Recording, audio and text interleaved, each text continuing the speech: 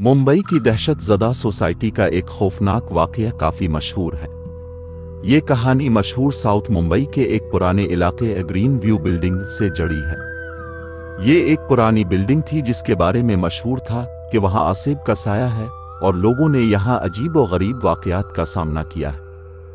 कहा जाता है कि ग्रीन व्यू बिल्डिंग में एक अमीर ख़ानदान रहता था जिनका एक छोटा सा बच्चा एक रोज़ खेलते हुए बिल्डिंग की छत से गिरकर मर गया। इस वाक़ये के बाद से वहाँ के मकीनों ने बिल्डिंग में खौफनाक चीज़ों का सामना करना शुरू कर दिया। रात के वक्त लोगों को बच्चे की रोने की आवाज़ें सुनाई देने लगे, दरवाजे खुद ब खुद खुलने और बंद होने लगे और कभी कभी लोगों को इस बच्चे की झलक भी दिखाई देती थी। मकामी लोगों ने बताया कि रात के वक्त कोई भी बिल्डिंग के करीब से गुजरता तो अजीब सर्द हवा का झोंका महसूस करता और कुछ ने तो ये भी दावा किया कि वो वहाँ कोई साया गैर मरीशे दे चुके। कुछ अफराद ने बिल्डिंग के कमरों में खुद को बंद होता हुआ महसूस किया, जैसे कोई उनका पीछा कर रहा हो।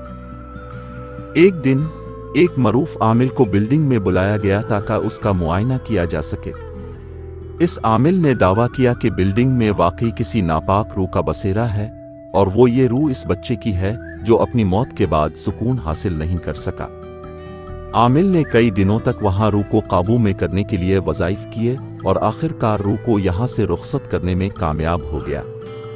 लेकिन इसके बावजूद आज भी लोग कहते हैं कि ग्रीन व्यू बिल्डिंग में रात के वक्त अजीब सी खामोशी होती है और वहां से गुजरने वाले अफराद इसकी पुरानी दास्तान को याद करके कांप उठते हैं। ये कहानी मुंबई की पुरानी इमारतों में बसने वाले उन राजों में से एक है जिनके बारे में लोग आज भी बात करते हैं।